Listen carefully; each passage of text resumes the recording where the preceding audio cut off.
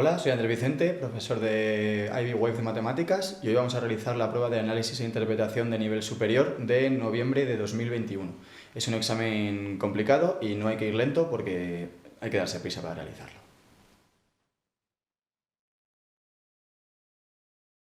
Eduardo cree que existe una relación lineal entre la edad de corredores varones y el tiempo que tardan en correr 5.000 metros. Para poner a prueba esta teoría, anota la edad, x años, de 8 varones y el tiempo, t minutos, que tardan en completar una única carrera de 5.000 metros. Los resultados que obtiene Eduardo se presentan en la siguiente tabla y en el siguiente diagrama de dispersión. Para estos datos hay el valor del coeficiente de correlación momento-producto de Pearson. Esto, literalmente, cogemos la calculadora, metemos la tabla, buscamos el coeficiente de relación Pearson y nos sale. El R que sale es 0,933. Dice ahora, Eduardo consulta un libro de texto de ciencias del deporte, ahí lee la siguiente información referida a R. Se puede aplicar en el ámbito del rendimiento deportivo. Okay. ¿Cómo integra la respuesta a cada apartado A utilizando para ello la información que encontró Eduardo? Mi R es 0,933. Si nos fijamos, a partir de 0,8 es una correlación fuerte, por lo tanto mi correlación es fuerte. Escribo la ecuación de la recta de regresión t sobre x dándole la forma t igual a x más b. Cuando hacéis R, en los resultados de la calculadora te sale R, debajo A y debajo B. Simplemente quedaría, con los datos que sale en la calculadora, quedaría que T es igual a 0,288, X más 24,3. Y dice, hubo un varón de 57 años que participó en la carrera de 5.000. Utiliza la ecuación de la recta de regresión para estimar el tiempo que tardó en completar la carrera de 5.000 metros. ¿La edad qué es? X. Por lo tanto, si mi X es 57, yo cojo mi recta, que está aquí, y digo T igual a 2. 8, X no, porque X me la están dando, que es 57, más 24,3. Y nos sale 37,3 minutos. En el siguiente ejercicio nos dice, el Triángulo de las Bermudas es una región del Océano Atlántico que tiene por vértices a Miami, Bermudas y San Juan, tal y como se muestra en la figura. Vale, calcula el valor de teta, que es el ángulo en S. Tenemos tres lados y nos están pidiendo un ángulo, teorema del coseno. El teorema del coseno, os recuerdo que está en el chuletario.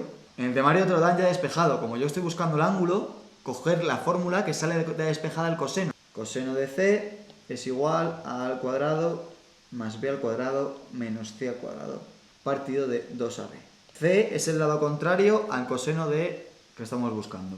A es 1660 al cuadrado más B, que es 1550 al cuadrado, menos C, que es 1670 al cuadrado. Y todo ello partido de 2 por 1660 por 1550. Calculadora, y nos sale que C es igual a 62,6.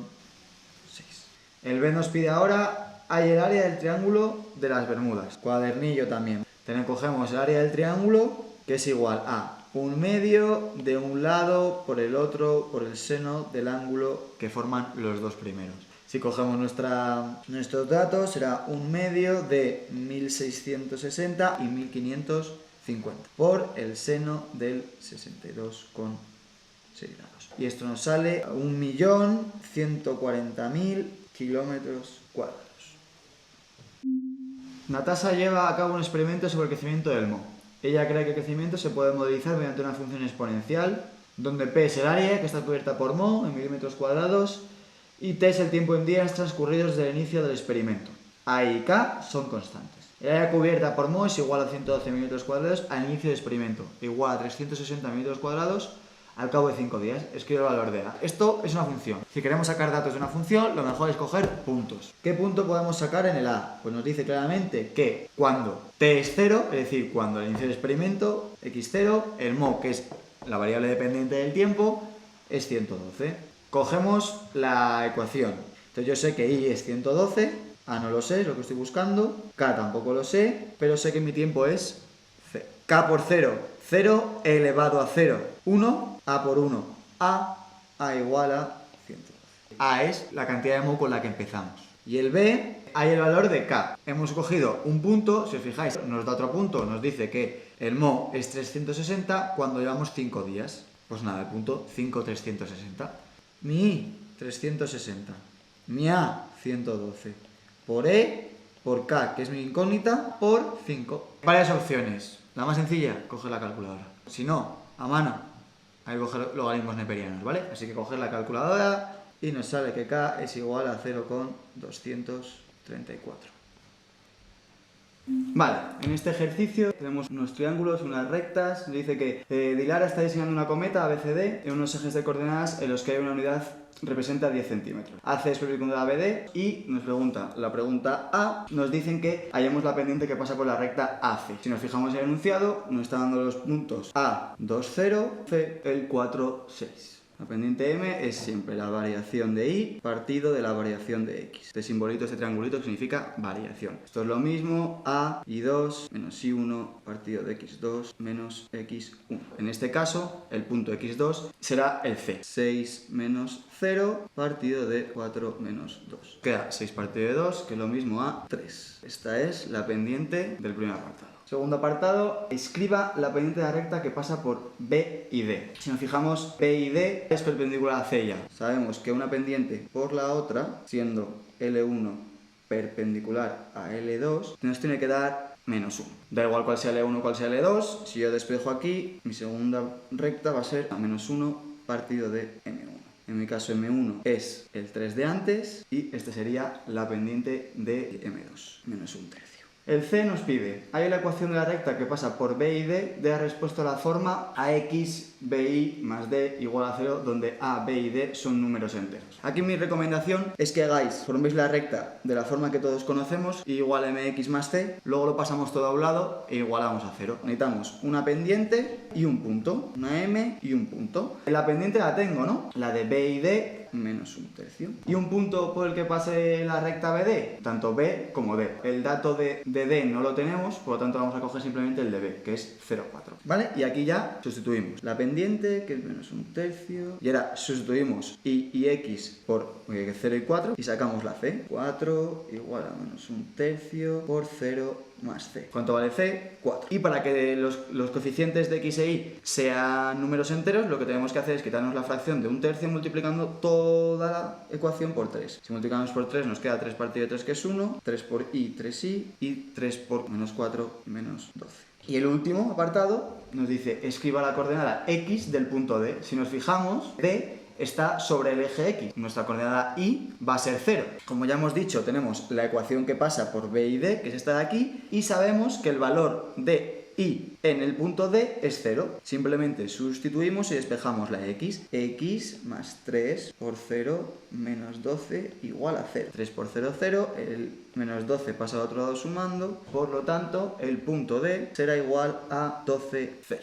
Vale, siguiente ejercicio. Nos dice, CH de X, la función que representa la altura en centímetros de una lata cilíndrica de X centímetros de diámetro. Vale, nos da ahí la función y nos especifica que tiene que estar X entre 4 y 14. Hay el recorrido de H. Vamos a coger siempre el valor más pequeño de X y el valor más grande. Y vamos a comparar los resultados. Y ese va a ser nuestro recorrido. En este caso tenemos que hacer H de 4 y H de 14. Sustituimos y sería 140 entre 4 al cuadrado más 0,5.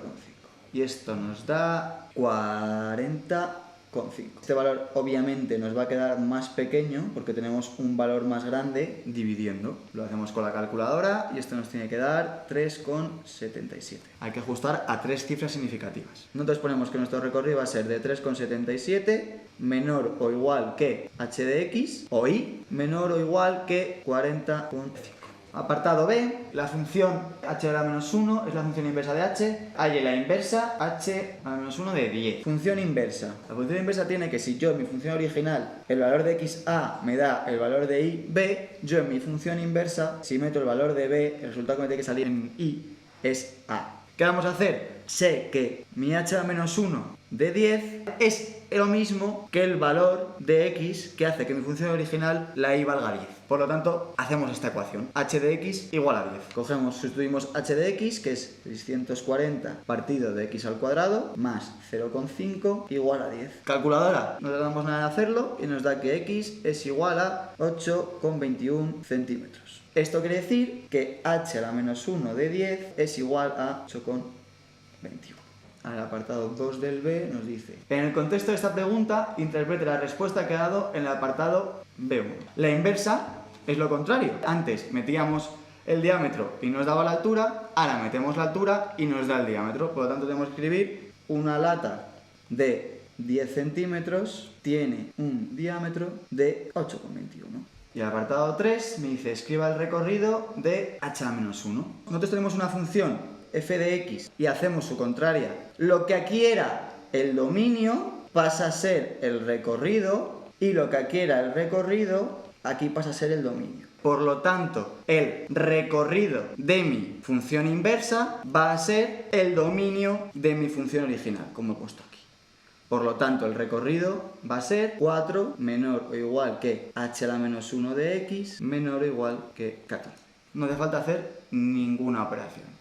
Vale, en este ejercicio nos dice, unos inspectores están investigando las emisiones de dióxido de carbono de una central eléctrica. Sea R, el ritmo en toneladas por hora al que se está emitiendo el dióxido de carbono, y sea T, el tiempo transcurrido en horas desde que se inició la inspección. La cantidad total de dióxido de carbono emitido viene dada por el área que hay entre el gráfico y el eje T horizontal. Vale, ahí tenemos un montón de datos, T y R. Utilice la regla del trapecio con intervalos de anchura 0,4 para estimar la cantidad total de dióxido de carbono que se ha emitido durante estas 2 horas. Si nos fijamos, lo de los intervalos de anchura de 0,4 ya nos lo está dando la tabla. Las diferentes T's van cambiando cada 0,4. Pero bueno, la fórmula de la regla del trapecio, 1/2 de h por el primer valor de f con el último valor, que es xn, y ahora ya multiplicando por 2 todos los valores intermedios. Si aquí hemos puesto x0 y xn, pues aquí será desde x1, x2 hasta el anterior a xn, que es xn menos 1. Estos son simplemente los valores de la función en estos puntos. H es igual a el x más grande menos el x más pequeño dividido entre la cantidad de tramos. La cantidad de tramos no es el número de datos que tenga de y o de x, sino la cantidad de saltos que doy de uno a otro. En este caso tengo 6 datos, pues tendría 5 saltos, porque sería un salto de 0 a 0,4, 2 saltos de 0,4 a 0,8, el tercero de 0,8 a 1,2, el cuarto de 1,2 a 1,6 y el quinto de 1,6 a 2. Primero el 1/2, y ahora vamos a ir viendo datos. H, ¿cuál es mi x más grande? Mi x más grande es 2, pues 2. Y mi x más pequeña, que son los valores de t, 0. ¿Cuántos tramos hemos dicho que teníamos? 5. Y ahora ya seguimos metiendo los datos, ¿vale? El primer valor de y, 30. Y f de xn, que es el más grande, 50. Y ahora cogemos todos los demás datos que tenemos en medio, que son 50, 60, 40 y 20. Esto, calculadora, y nos da 84. Pasamos al B. Dice, la cantidad real de dióxido de carbono que se emitió durante estas 2 horas fue 72 toneladas. Hay el porcentaje de error de estimación que halló en el apartado A. Viene el chuetario y es el valor absoluto del valor que nos ha salido a nosotros menos el valor real entre el valor real. Y como es un porcentaje, hay que multiplicarlo por 100. Si sustituimos esto con nuestros valores, será nuestro valor es 84 menos el real que nos han dicho que era 72 partido de 72, y esto nos da 16,7%. En este ejercicio nos dice, hay 4 estaciones que utilizan los guardas forestales de un parque nacional, A, B, C y D, con sus coordenadas, donde distancias vienen dadas en kilómetros. Las líneas discontinuas representan los límites de las regiones que patrullan los guardias forestales de cada estación. Los límites coinciden en P y en Q. Se va a construir una nueva estación dentro del cuadrilátero A, B, C, D. Se ubicará de tal manera que esté lo más lejos posible de la estación existente más próxima. A. Muestra que la estación se debe construir en P. La estación se va a construir o en P o en Q, porque es donde se cortan las mediatrices de los puntos que estamos viendo. Entonces simplemente aquí lo que tenemos que usar es la fórmula de la distancia entre dos puntos. La recuerdo, sale por Pitágoras. Las distancias que tenemos que buscar son o AP, BP o DP. Obviamente no tenemos que hacer CP porque sabemos que va a estar más lejos, porque si fijamos su mediatriz no corta en el punto P, ¿vale? Igual que pasa con la mediatriz de A en el punto Q. Estas distancias van a ser siempre la misma, es la gracia de las mediatrices, por lo tanto solo tenemos que buscar una de ellas. Lo mismo va a pasar con el siguiente punto que vamos a buscar hasta Q, pues van a ser o BQ, o CQ, o DQ. Entonces, estas distancias también son las mismas. Entonces, venga, yo que sé, hacemos AP mismo. Buscamos los datos y los metemos. 10 menos 6 al cuadrado y 6 menos 2 al cuadrado. Sería 4, 16, pues 32. Raya 32. Y BQ, por ejemplo, también podemos hacerla. Miramos los datos. 13 menos 14 al cuadrado. Y la otra sería 7 menos 2 al cuadrado. Esto sería 1 más 25 raíz de 26. Con esto ya podemos saberlo. Nosotros sabemos que raíz de 32 es mayor que raíz de 26. Por lo tanto, el punto P es el correcto. Apartado B. Se va a actualizar el diagrama de Voronoi para incluir la región que rodea la nueva estación ubicada en P. Se ha añadido el siguiente diagrama de aristas definidas por las mediatrices AP y DBP. B1. Escribe la ecuación de la mediatriz de PC. P y C da la casualidad de que están en la misma altura. Como están en la misma altura, la mediatriz obviamente va a ser una ecuación de la forma x igual a algo, exactamente perpendicular al eje x o paralela al eje y. Vale, P es 10, X es 10 y C es 18, 8 de distancia entre cada uno, el punto medio tiene que estar a 4 de cada, por lo tanto en X igual a 14. Esa sería mi mediatriz entre P y C. Y a partir de anterior dibuje con precisión en el siguiente diagrama los límites que faltan de la región que rodea a P. La primera línea es muy fácil, tenemos que juntar, hacer una recta en X igual a 14 que junte las mediatrices de D y C y las mediatrices de B y C, ¿vale? Voy a hacerlo aquí un poco esquemático, nos dan estas líneas ya. La primera es la más fácil, es la que acabamos de hallar. En X igual a 14 hacemos esta línea. Y ahora, para unir esto, simplemente con unir los dos extremos de aquí, lo tendríamos. Siguiente ejercicio. Yo voy a estar fabricando un gorro de fiesta con forma de cono. El gorro está hecho a partir de un sector circular A o B que procede de un trozo de papel circular de 18 centímetros de radio. Además, el ángulo es igual a θ, tal y como se muestra en la figura. Y para fabricar el gorro se unen los lados AO y OB. La base del gorro tiene 6,5 centímetros de radio. Yo tengo el gorro y lo doblo tocándoselos estos para cerrarlo. Vale, el apartado A me dice: escriba en función de pi el perímetro de la base del gorro. La base del gorro es un círculo. El perímetro de un círculo, 2pi r. Me dice que lo escriba en función de pi. Por lo tanto, mi r, vemos el segundo dibujo, es 6,5, pues 2 por pi por 6,5, 2 por 6,5, 13, y el 2 me dice que hay el valor del ángulo. Si os fijáis, la longitud de este arco de circunferencia de mi figura 1 es el perímetro de mi figura de abajo, porque al cerrarlo se tocan. Lo que tenemos que hacer es buscar la longitud del arco de la circunferencia. También está en el cuadernillo. La longitud de arco es pi por 3, o sea, el ángulo entre 360 por 2pi r. Sustituimos. ¿Cuánto es mi longitud? Es lo que cerramos, es el perímetro, que era 13pi. Igual al ángulo, que es lo que estoy buscando, partido de 360 por 2pi y r, que r es 18. Despejamos aquí el ángulo y nos queda que el ángulo es 130. Y apartado B, hay el área de la superficie externa del gorro. La superficie externa del gorro, si imaginaos el gorro, ahora deshacerlo, es el área del sector circular. ¿Os dais cuenta? Si lo cierro es el gorro, pero si lo abro es el sector circular. Cuadernillo, área del sector circular, que es igual a el ángulo partido de 360 por, antes era 2pi r porque es la longitud, ahora estamos en área, pues r al cuadrado. Sustituimos datos, 130 entre 360 por pi por r, que es 18 al cuadrado. Lo mismo, calculadora, tiki tiki tiki tiki, pum pum pum, y sale 368 centímetros cuadrados. Venga, vamos a por uno de estadística. Dice: un grupo de 120 alumnos ha presentado un examen de historia. El siguiente gráfico de frecuencia acumulada muestra las puntuaciones que han obtenido los alumnos. Gráficos de frecuencias acumuladas hay en todos los exámenes. Nos dice el primer apartado: halla la mediana de las puntuaciones obtenidas. Entonces, vamos a mirar en la frecuencia acumulada cuántos números de datos tenemos, que en este caso son 120, y la mitad de 120 son 60, por lo tanto nada. Cogemos 60, trazamos una recta y vemos dónde corta nuestra gráfica, y corta en, pues, 75. Entonces, por tanto, A igual a 75.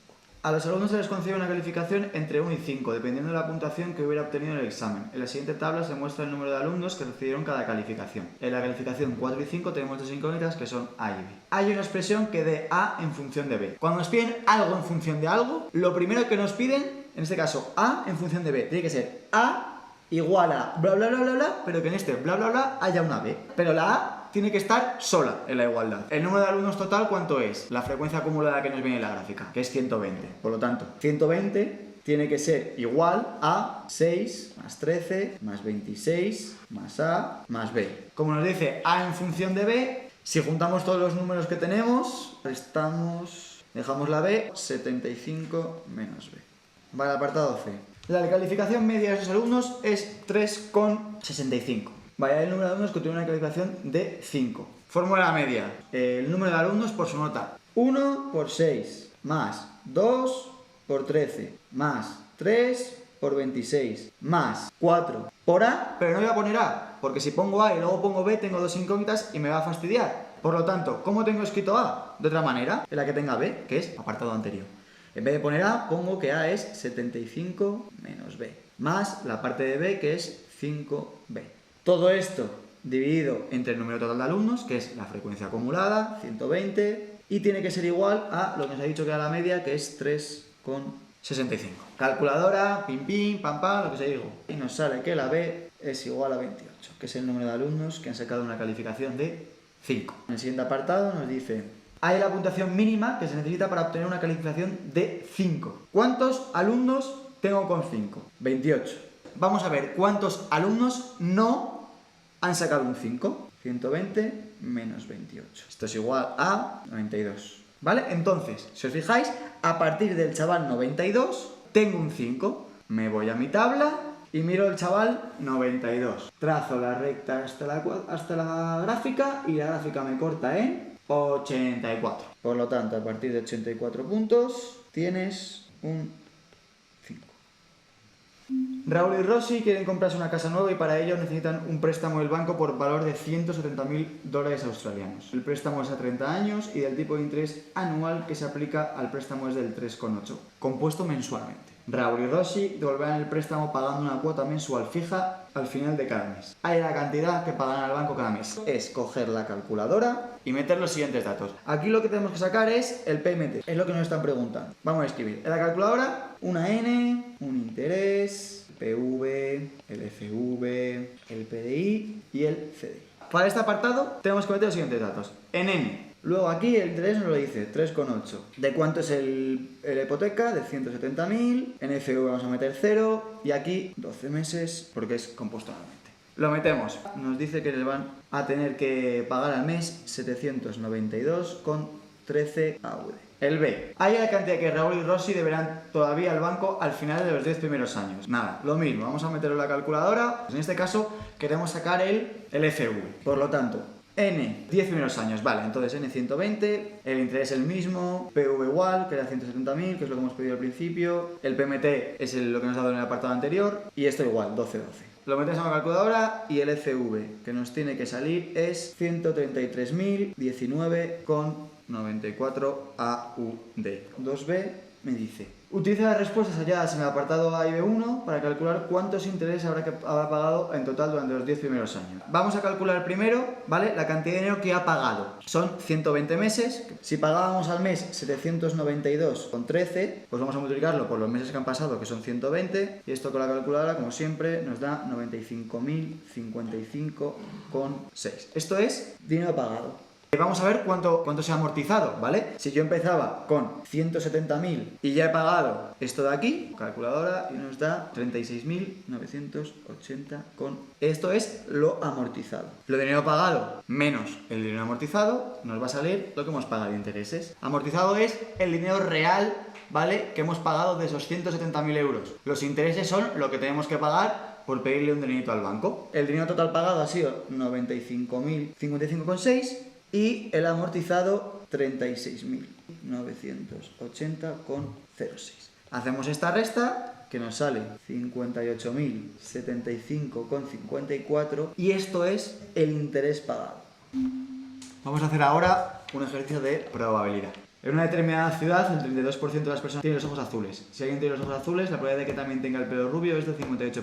Toda esa información aparece representada en el siguiente diagrama de árbol. Escribo el valor de A. La suma de cada rama de la división total tiene que ser 1. Si 1 me dice que es 0,58, pues 1 menos 0,58 igual a 0,42. El B. Hay una expresión en función de B que dé la probabilidad de que una persona no tenga los ojos azules y tenga el pelo rubio. Simplemente seguimos las líneas. Es la probabilidad de no azules y rubio. Sería esto, entonces sería 0,68, que es la probabilidad de no tener los ojos azules, y tener el pelo rubio, tener los ojos azules, ¿cuál es? B. 0,68, B. Dice ahora, se sabe que en esta ciudad el 41% de las personas tienen el pelo rubio. Calcula el valor de B y el valor de C. Dice que el total de pelo rubio es 0,41, por lo tanto, vamos a seguir las dos salidas que tenemos de pelo rubio y sabemos que el resultado de eso tiene que ser 0,41. Los dos caminos que tengo para acabar siendo rubio es teniendo los ojos azules, que tengo un 0,32, por tener el pelo rubio, que es 0,58. Os recuerdo, si nos movemos por el árbol, multiplicamos. Si empezamos otra vez desde el principio del árbol, ponemos la suma. Y ahora el otro camino para tener el pelo rubio sería no tener los ojos azules y tener el pelo rubio, que es B. Y esto me tiene que dar 0,41. Lo metemos a la calculadora y nos da que esto es 0,33. Y el segundo apartado, si nos fijamos en el árbol, B y C tienen que sumar todo 1, por lo tanto, si B vale 0,33, lo resto y me sale que C es 0,67. Venga, este nos dice, el área de la superficie de una caja abierta, 32 centímetros cúbicos de volumen y con una base cuadrada cuyos lados miden x de largo, viene dada por esa función de ahí. Área de la derivada, ¿vale? Mi recomendación es que escribáis la función de esta manera. Lo más fácil es subirse la x. Os recuerdo, si yo tengo esto, que esto es igual a x elevado a menos el exponente de la x, ¿vale? Entonces voy a usar eso aquí. Y voy a decir que esto es x al cuadrado más 128x a la menos 1. Derivación de esto, de x al cuadrado 2x. Y ahora, atentos. ¿Cómo se hace la derivada? Se multiplica el exponente por lo de delante. Menos 1 por 128, menos 128. Y al exponente le resto 1. Menos 1, menos 1, menos 2. ¿Vale? Y deshacemos este cambio para dejarlo igual que nos lo daban. Porque exponentes negativos, luego operar con ellos nos podemos confundir. Así que la mandamos para abajo. 2x menos 128 partido de x al cuadrado.